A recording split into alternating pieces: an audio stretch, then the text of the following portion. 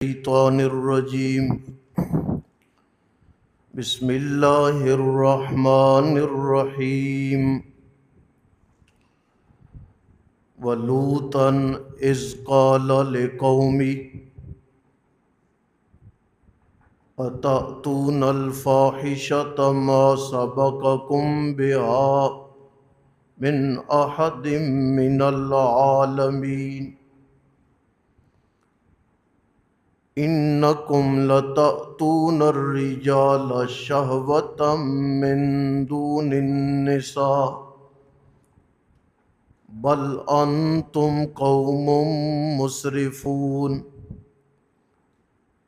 وما كان جواب قومه الا ان قالوا اخرجوهم من قريتكم انہم اناس یتطہرون فانجیناہ واہلہ الا امرأتہ کانت من الغابرین وامطرنا علیہم مطرا فانظر کیف کان عاقبۃ المجرمین ولوطاً اور بھیجا ہم نے لوط علیہ السلام کو اذ قال لقومی جب کہا انہوں نے اپنی قوم کو اتأتون الفاحشۃ آیا کرتے ہو تم ایسی بے حیائی کا کام،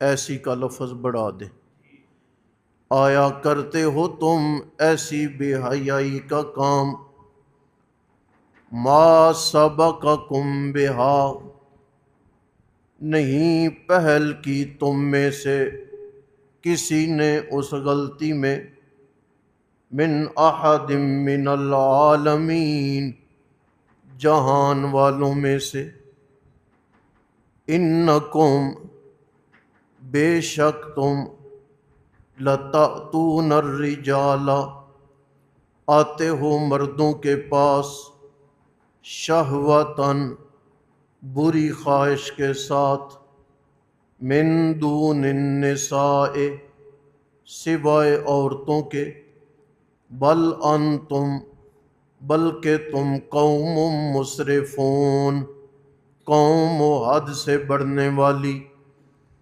وما کان جواب قومہ نہیں تھا جواب ان کی قوم کا، الا ان قالوا یہ کہ کہا انہوں نے، اخرجوہم نکالو تم انہیں، من قریتکم اپنی بستی سے، انہم بے شک وہ، اناس یتطہرون لوگ ہیں پاک بنے پھرتے، لوگ ہیں پاک بنے پھرتے، فانجیناہ پس نجات دی ہم نے اسے، وَأَهْلَهُ اور اس کے اہل کو، سوائے اس کی عورت کے، کانت من الغابرین تھی وہ پیچھے رہنے والوں سے، وَأَمْطَرْنَا عَلَيْهِمْ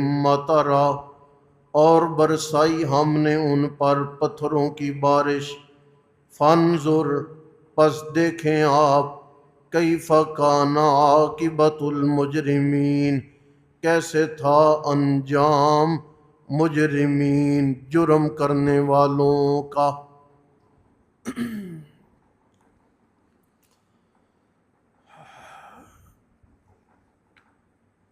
قوم لوط کا زمانہ حضرت ابراہیم خلیل علیہ السلام کا زمانہ، یہ ملے جلے ہیں۔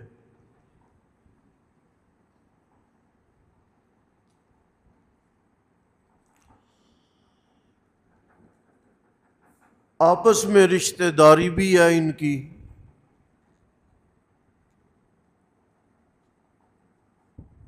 اللہ تعالیٰ نے قرآن پاک میں اقوام عالم کے جب تذکرے کیے ہیں تو ان کی شرکیہ بیماری کے بعد ان کی جو غلیظ اور بدترین بیماری ہوتی تھی، اللہ ساتھ ساتھ اس بیماری کی نشاندہی بھی فرماتے۔ قوم شعیب، ناپ تول میں کمی کر رہے ہو، یہ بیماری۔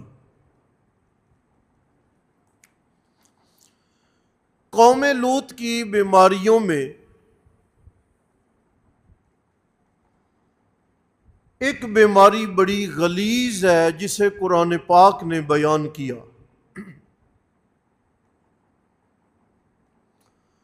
وہ بیماری یہ ہے کہ انہیں اپنی عورتوں سے نکاح کے ساتھ کوئی خواہش نہیں تھی، بلکہ وہ اپنی بری خواہشات کے لیے مردوں کے پیچھے بھاگتے تھے۔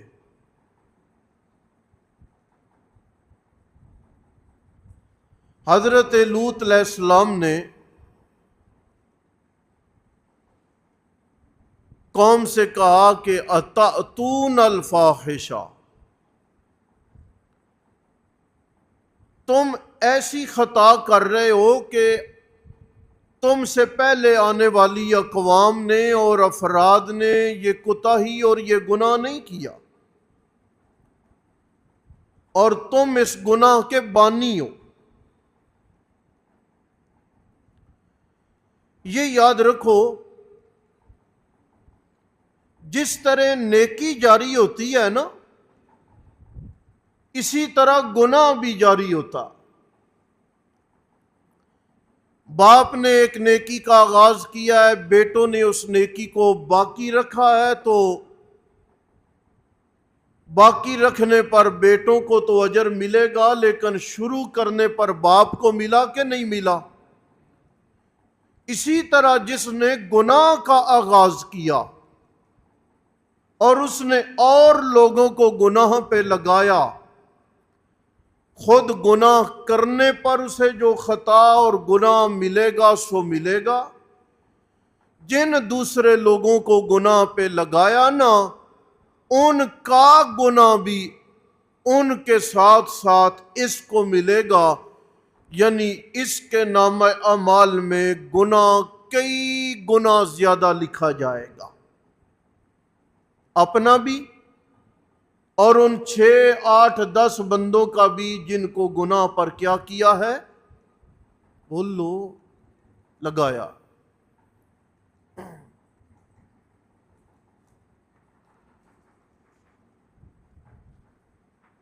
یار تم اپنی عورتیں جو نکاح کے ذریعے حلال ہیں انہیں تم نے چھوڑا ہوا، اور اپنی خواہشات کی تکمیل کے لیے تم مردوں کے پیچھے ہو۔ بڑے کوئی تم مدے پھلانگنے والے لوگ نہیں ہو۔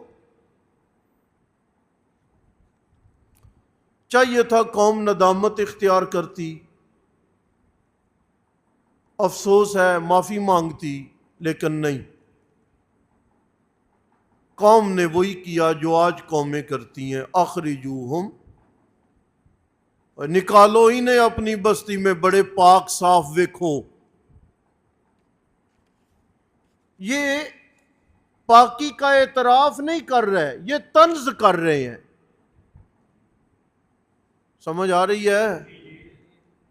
یہ طنز کر رہے ہیں، ویکھو بڑے پاک۔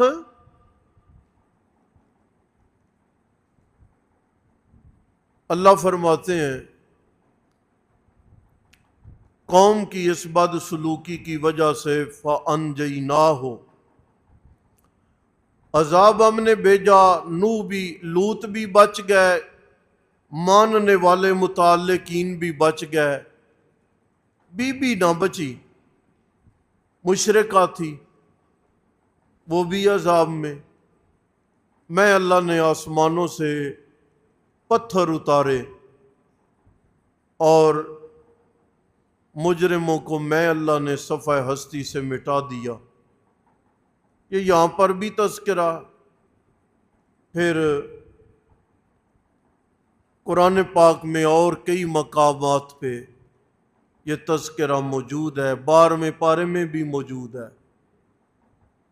وہاں تو ایک قصہ ہے تفصیلی، ابراہیم علیہ السلام کے پاس آئے نا ملائکہ، بچڑا ذبح ہوا، نہیں کھایا۔ ہم تو فرشتے ہیں جی، بشارت ملی بیٹے کی، خوش ہوئے۔ کدھر جا رہے ہو؟ قوم لوط کی خیر خبر لینے کے لیے جا رہے، تباہ کرنے۔ حضرت ابراہیم کہنے لگے وہاں تو لوط بھی ہیں۔ ملائکہ نے کہا ہمیں پتہ ہے کون کون ہے وہاں پہ۔ آئے خوبصورت جوانوں کی شکل میں، قوم پیچھے پڑی۔ اب پارا آئے گا تو میں تفصیل عرض کروں گا، میں نے جو ایک مسئلے کو عرض کرنا ہے وہ ضروری ہے۔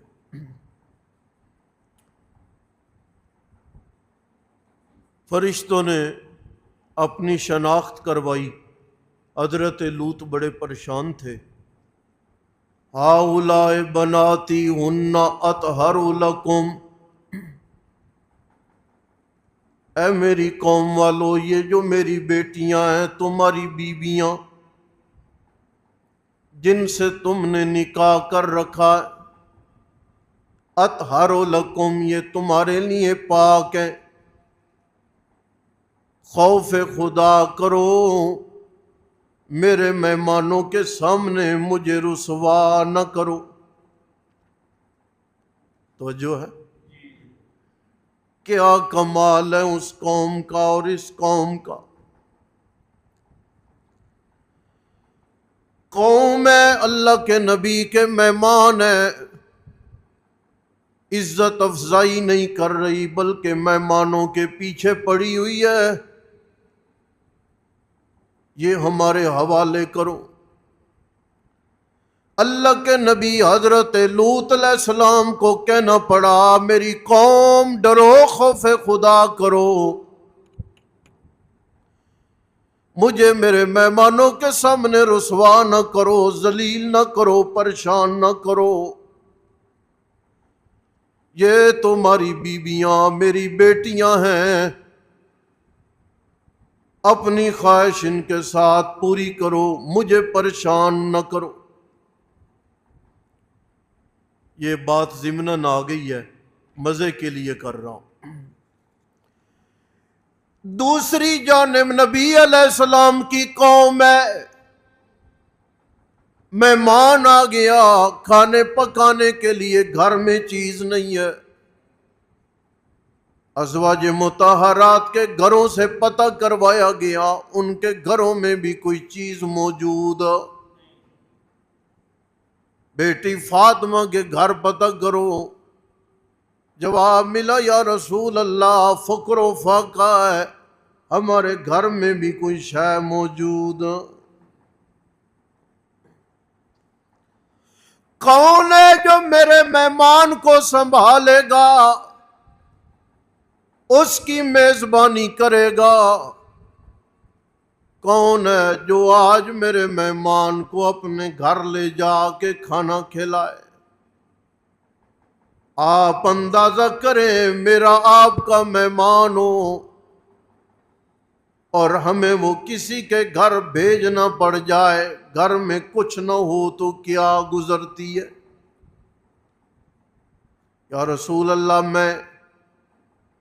میں لے کے جاؤں گا مہمان کو۔ دوڑے گھر گئے، اہلیہ سے پوچھا کہ گھر میں کوئی چیز موجود ہے؟ بی بی کہنے لگی کچھ نہیں ہے، تھوڑا سا کھانا موجود ہے، ہم دونوں بھی شاید وہ پیٹ بھر کے دونوں نہ کھا سکے۔ بی بی تو نہ کھانا، میں بھی نہیں کھاؤں گا، آج وہ کھانا ہم رسول اللہ کے مہمان کو کھلائیں گے۔ اور پوری ترتیب بنا دی ہے، یہ خاندانی عورتیں بھی خاندانی ہوتی ہیں۔ بچوں کو میں سلا دیتی ہوں، جاؤ جا کے رسول اللہ کے مہمان کو لے کے آ جاؤ، میں بچوں کو سلا دوں گی بھوکا پیاسا، اور میں چراغ جلا کے کھانا لگاؤں گی۔ میں تو بہانے سے پیچھے ہوں، عورتوں تو پاس بیٹھتے بیٹھتے چراغ کو اچانک بند کر دینا، ہاتھوں کو حرکت بھی دینا، دانتوں کو بھی بجانا، تاکہ مہمان کو یہ احساس نہ ہو کہ میزبان کھا رہا ہے کہ نہیں کھا رہا، کھانا نہ کہیں رسول اللہ کا مہمان بھوکا نہ رہ جائے۔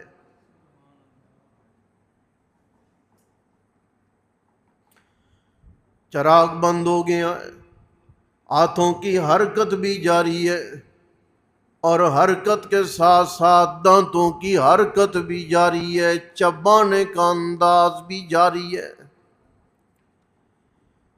بچوں نے بھی بھوکی رات کاٹی ہے، خاتون خانہ نے بھی رات بھوکی کاٹی ہے، اور میزبان مرد نے بھی بھوکے پیٹ رات گزاری ہے، لیکن رسول اللہ کا مہمان سیر ہو گیا ہے۔ صبح ہوئی ہے، نماز فجر کے بعد رسول اکرم صلی اللہ تعالی علیہ وسلم نے صحابہ کی جانب رخ فرمایا، آپ نے نام نہیں لیا، ایک ہی جملہ فرمایا کہ رات ایک گھر میں اہل خانہ کی ایک حرکت سے اللہ تعالی کی ذات مسکرا پڑی تھی۔ مہمان میرے مہمانوں کو رسوا نہ کرو، لیکن قوم نہیں مانی۔ اللہ کا قرآن کہتا ہے یہرعون الیہ، جیسے کتا دوڑتا ہے ایسے دوڑ دوڑ کے مہمانوں کی چھینا جھپٹی میں لگے۔ مہمانوں نے کہا حضرت آپ ذرا پیچھے ہو جائیں، ہمیں تعارف کروانے دیں، ہم وہ ہیں ہی نہیں جو انہوں نے سمجھ رکھا۔ اٹھائی گئی بستی، الٹی کر دی گئی، تباہ و برباد کر دیے گئے، بارش اتنی، اور وہ بارش بھی حجارت من سجیل، یہ جو اینٹ ہے زیادہ پک جائے اسے، اور اللہ فرماتے ہیں نام لکھا ہے یہ فلاں بے ایمان کو لگنی ہے، یہ فلاں کو، یہ فلاں کو۔ اب ذرا عنوان پہ آئیں۔ اللہ کے نبی علیہ السلام نے ارشاد فرمایا، چار بندے وہ ہیں کہ جو چار بندے رات بھی اللہ تعالیٰ کی ناراضگی میں رہتے ہیں اور دن کو بھی اللہ تعالیٰ کی ناراضگی اور لعنت میں رہتے ہیں۔ یا رسول اللہ وہ کون سے چار ہیں؟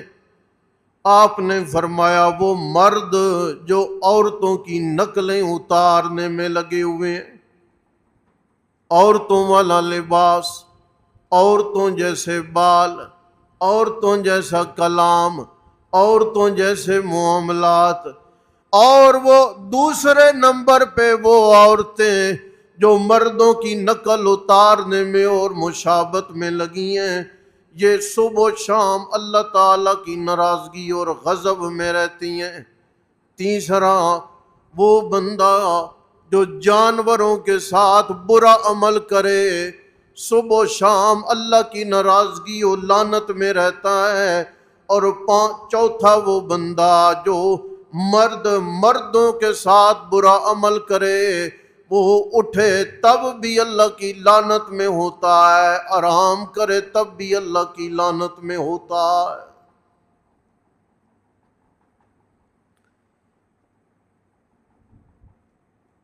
قرآن کریم کے اس مقام پہ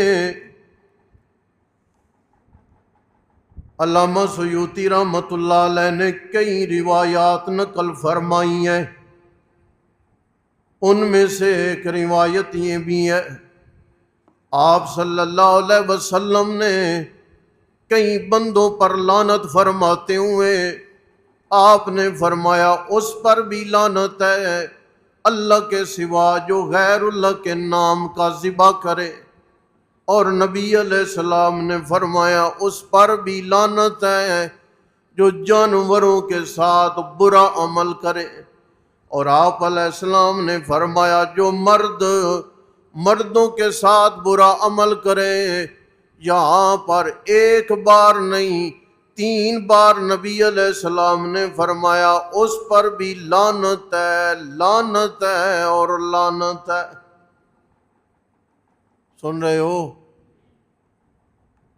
ہاں، یہ ہماری قوم کی بھی بیماری ہے۔ آپ قوم لوط کے وہ تمام تر بد اعمالیاں اور بد عنوانیاں آج مسلمان قوم میں ہے، یہ بھی کبوتروں میں ہے، یہ بھی کتے لڑانے میں ہے، یہ بھی مرغ لڑانے میں ہے، یہ بھی تالیاں بجانے میں ہے، یہ بھی سیٹیاں بجانے میں ہے، یہ بھی شرطیں لگانے میں ہے، یہ بھی جوا کھیلنے میں ہے، اور یہ بھی بد فعلی میں مبتلا۔ میں آپ کو 2 روایات سنانے لگا ہوں، مطلب صرف یہ ہے کہ ہم ان برے اعمال سے بچ جائیں۔ حضرت علی رضی اللہ تعالی عنہ کا تذکرہ موجود ہے، ایک بندے نے وہ برا عمل سر انجام دیا جو قوم لوط کی بیماری تھی، آپ نے فرمایا اسے رجم کر دیا جائے۔ جیسے کوئی شادی شدہ بندہ بدکاری کرے اسے پتھر مارا جاتا ہے، سنسار کیا جاتا ہے، مار دیا جاتا ہے، فرمایا وہ آدمی جو مردوں کے ساتھ برا عمل کرے اسے بھی رجم کر کے زانی والی سزا اسے دے دو۔ اور محدثین کرام نے ایک اور روایت بھی نقل فرمائی ہے، آپ حیران رہ جائیں، یہ عام گناہ نہیں بلکہ بعض فقہا نے لکھا ہے ایسے بندے کو پہاڑ کی بلندی پہ لے جا کر دھکا دے دینا چاہیے، گر جائے اسی جگہ پر مر جائے اور جان چھوٹے۔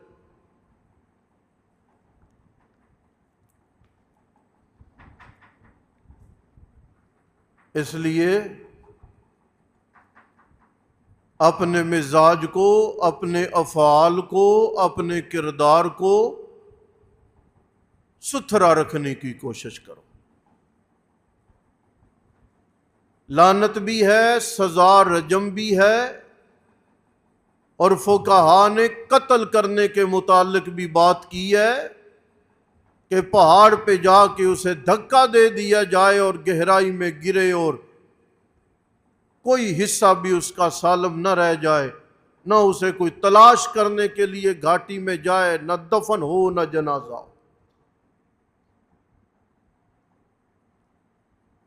اس لیے زبان بھی ستھری رکھو، اپنے افعال و کردار بھی ستھرے رکھو، اپنی سوچ تمنا و فکر بھی ستھری رکھو۔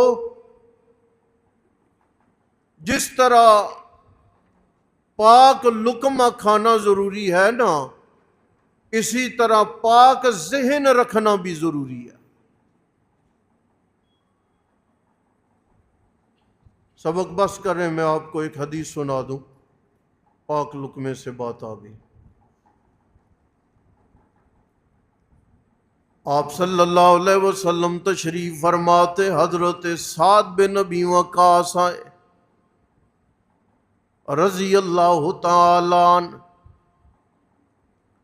یا رسول اللہ دعا کریں میرے لیے، ادعو اللہ لی، میرے لیے یہ دعا کریں اللہ میری دعاؤں کو یعنی مجھے مستجاب الدعوات بنائے۔ مستجاب الدعوات کون ہے؟ وہ بندہ جو اپنی زبان سے دعا نکالے اللہ اس دعا کو قبول کر لے، رد نہ کرے، اس بندے کو کہا جاتا ہے کہ یہ بڑا مستجاب الدعوات ہے، کہ اس کی دعائیں بڑی قبول ہوتی ہیں۔ اللہ کے نبی علیہ السلام دعا فرمائے میرے لیے کہ میں مستجاب الدعوات بن جاؤں۔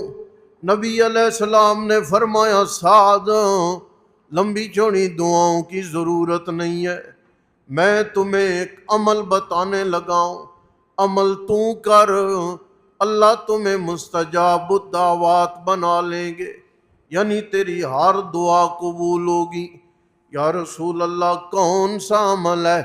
نبی علیہ السلام نے فرمایا سعد اس دنیا میں اپنا لقمہ تو پاکیزہ بنا لے، اللہ تیری دعا کو پسندیدہ بنا لیں گے۔